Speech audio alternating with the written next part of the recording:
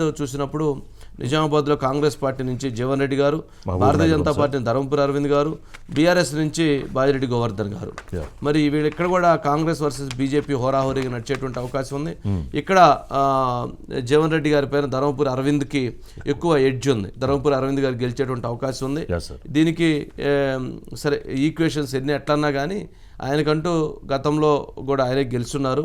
But ఈసారి కూడా ఆయనకి భారతీయ జనతా పార్టీ హావా అక్కడ కొనసాగే అవకాశం ఉంది. మరలా అరవింద్ గెలిచేటువంటి అవకాశం ఉంది.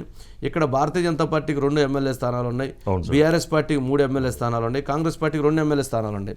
కానీ ఇది సమీకరణాల దృష్ట్యా చూసినా కూడా సరే జీవన్ రెడ్డి వర్సెస్ అరవింద్లో అంటే జీవన్ రెడ్డి గారు 2 నియోజకవర్గాలే ఇక్కడ దీంట్లోకి వచ్చినాయి.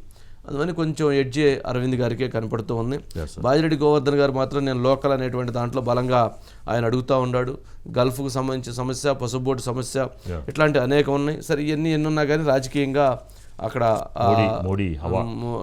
అంటే అరవింద్ ఒక సపరేట్ ఒక స్ట్రాటజీ వెళ్తాడు. గతంలో చూస్తే కవితను కూడా ఓడించాడు. కల్వకుంట్ల కవిత కూడా ఇక్కడ ఓడిపోయింది. మరి ఆమె దాదాపు 80,000 ఓట్లతో తేడాతో ఓటమి చెందినటువంటి పరిస్థితి ఉంది.